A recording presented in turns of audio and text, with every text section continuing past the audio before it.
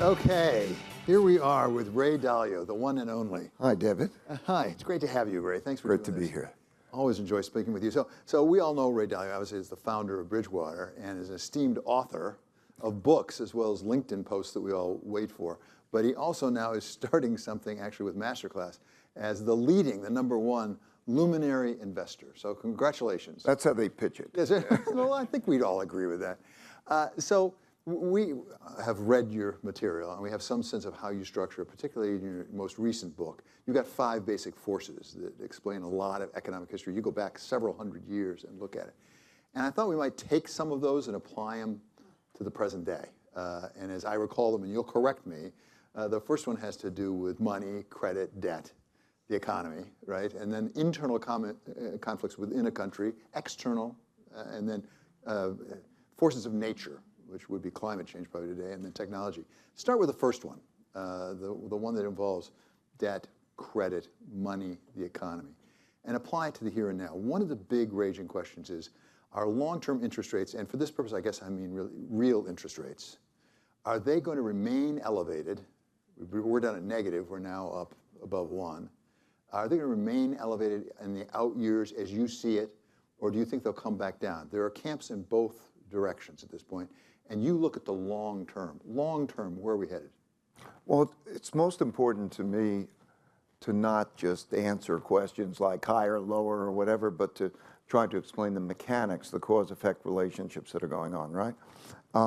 And the reason I did this study, which then turned into a book, and I'm just a practical markets decision maker, is that 3 big things are happening in our lifetimes that never happened before. Let me say that again.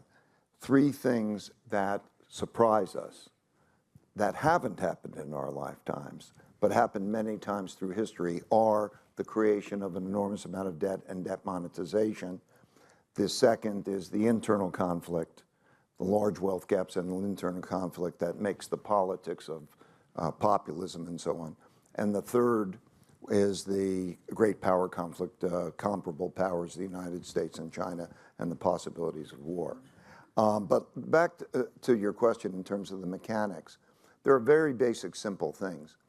That there is a debt cycle. There are short debt cycles. We're used to those. They last on average about 7 years, give or take about 3. And you have recession and interest rates are low, inflation is low, and the Federal Reserve becomes stimulative, and then you have growth, you have non-inflationary growth, and you have inflationary growth, and they tighten monetary policy, and then you have the slow up or the recession that follows until the cycle participates. It happens that way. We've had 12 of those. We're in the 13th. We're about halfway through that cycle. We're at the point where interest rates have to rise. Okay. So the level of interest rates, you have to satisfy a debtor and a creditor. And so that means interest rates have to be high enough that the creditor gets a real return, higher than their money. And if you don't do that, you create the cycle that we have before, where money is essentially free, interest rates are nil, or in some cases negative, and you have a situation where you don't have to pay principal, so money was essentially free. Then that imbalance is enormous, and it's made more enormous because even then the supply-demand is not adequate. There's not enough demand to buy those bonds, and so the Federal Reserve's got to come in there and print money and buy those bonds and redistribute wealth. So you have that. So now we have moved to a level of real interest rates. Think about inflation. That is, depending on how you calculate, if you look at tips or if you look at short-term interest rates, they need a 1 to 1.5% real rate. Those days that we have seen in the past are over, and there's a big adjustment in that. So the headline for that is, so who have been the losers? Who have been the winners and who have been the losers? This is a different kind of debt problem in that what happened is, in order to create this big transfer of wealth that there needed to be in various ways, the government borrowed a lot of money because they spent a lot more than they earned, and they sell a lot of bonds. And then the Federal Reserve buys bonds, and it subsidizes those bonds. And so the big losers of this cycle has not been the individual balance sheets, because the individual balance sheets have been improved. It is the fact that those who are holding government debt are the ones that are having the losses. So the central banks have all lost a lot of money. The commercial banks bought a lot of these debts. So when we look at the commercial banking problem, it is largely a government debt problem, because there was the financing of holding bonds with short-term interest rates, and so that was the squeeze. So you have that particular dynamic. As we move forward, the higher you raise the debt-to-income ratio, the more difficult that balancing act becomes.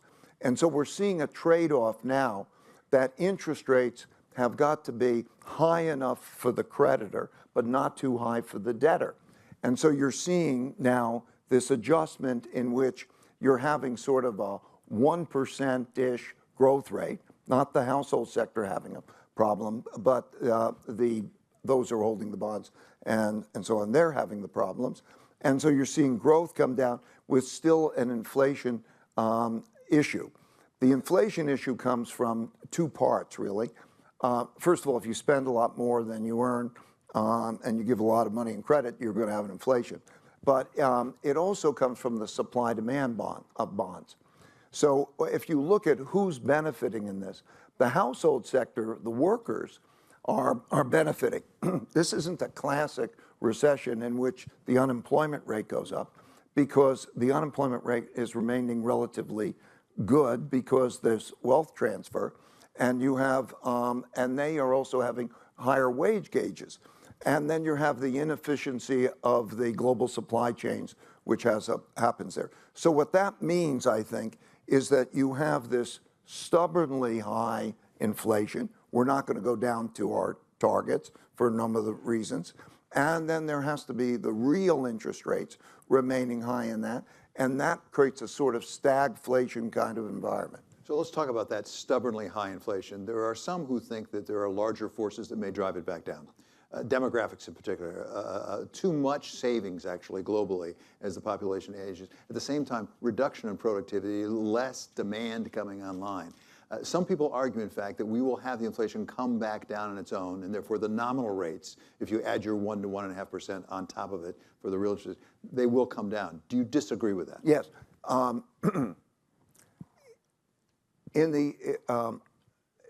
It's a matter of the amount of money and credit created, and it's also a matter of productivity. And so when we look at the amount of money and credit, we will spend a lot more than we will earn. We know the budgets, we know the projections, we know individuals. The big risk there is a supply-demand risk. So we are going to sell a lot of bonds, and then the question is, does the Federal Reserve come in and then start to print and make that? So I think from the demand, including employment and the amount of money creation, we have that power. And then we're also living in a different world, particularly as supply chains change. The only big question is the technology impact. Like if we take a 5-year, you were talking about a longer term horizon, we'll have to talk about technology and the impact that that'll have on that in terms of productivity. But the demographics is not a favorable thing because what we're going to have to do is draw down savings, and there's going to be lesser number of population. So in terms of the labor component, I don't see that as a net positive. You mentioned that going out, it looks like we're going to be borrowing more than we're earning. Does that mean we are in or headed for a debt crisis? You wrote a book on that as well, studying debt crises since 1945. Are we in a debt crisis, or are we headed for one? We are in my opinion, we are at the beginning of a very classic late big cycle debt crisis, when the supply-demand gap, when you're producing too much debt, and you have also a shortage of buyers. What's happening now, as we have to sell all this debt, is we then do have enough buyers.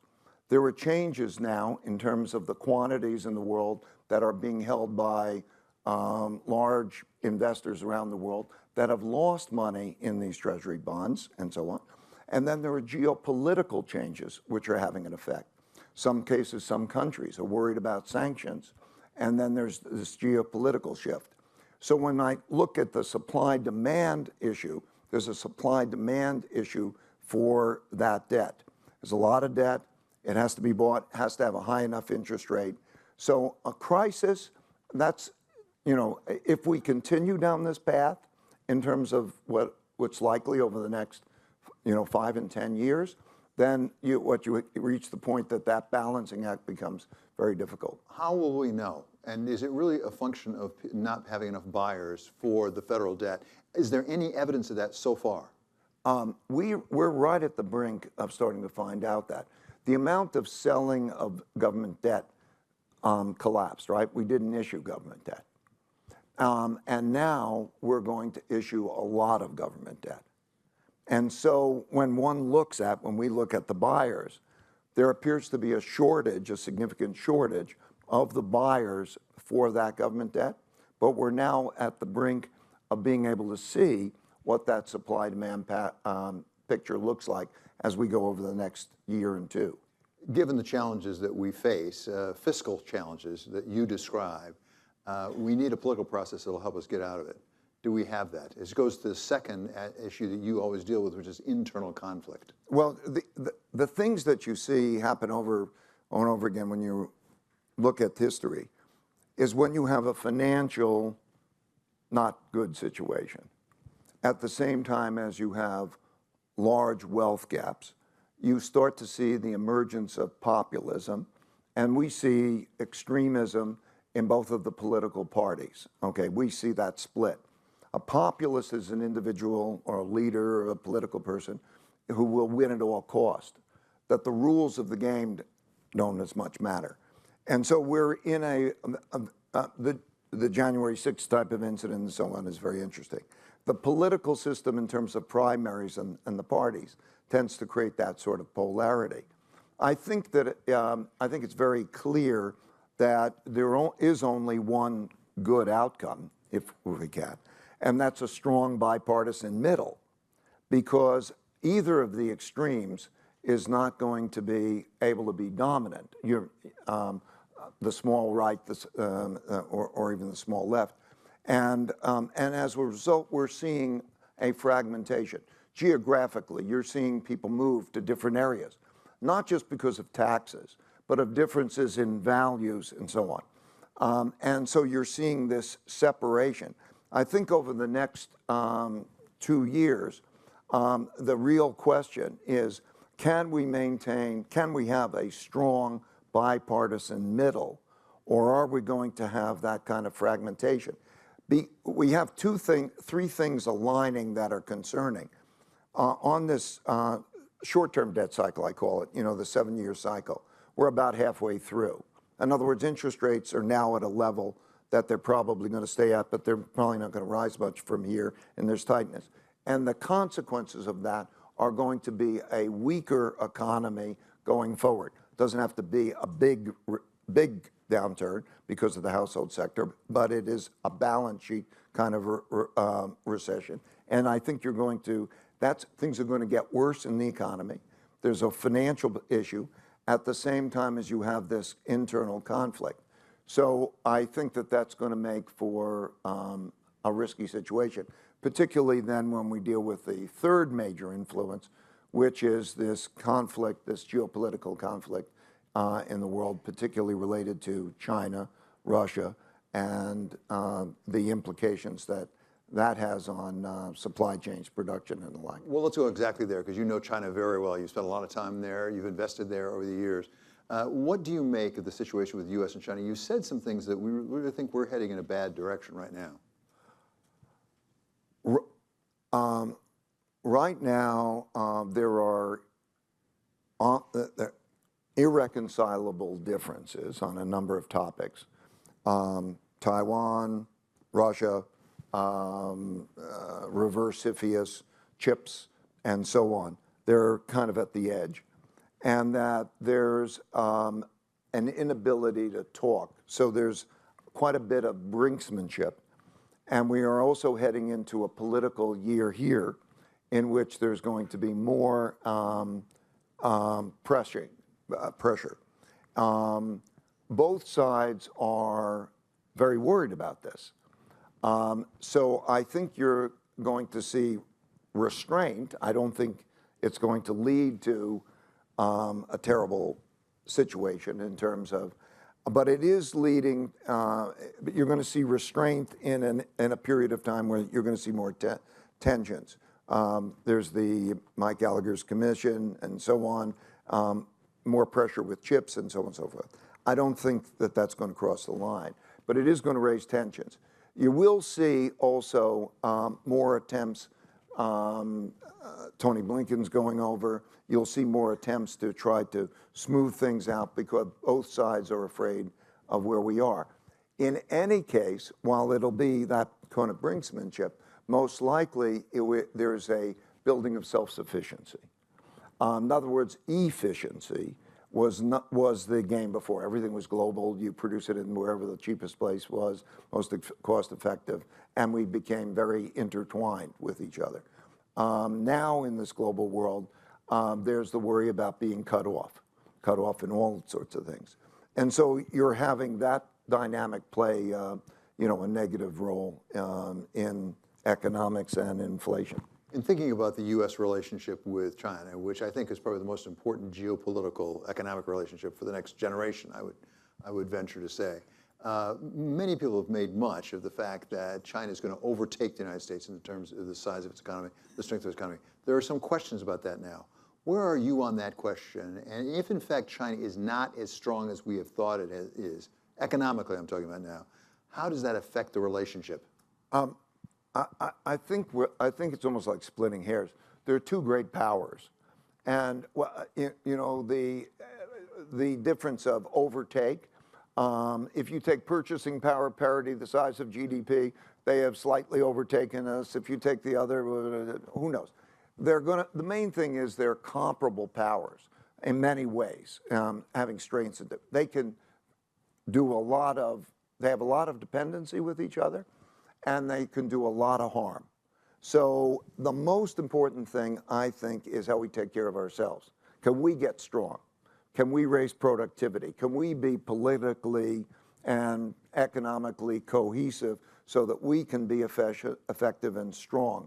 Because, you can't rule out China. Since I started to go to China, 1984, per capita income increased by 28 times. It's a power, and it's a smart power.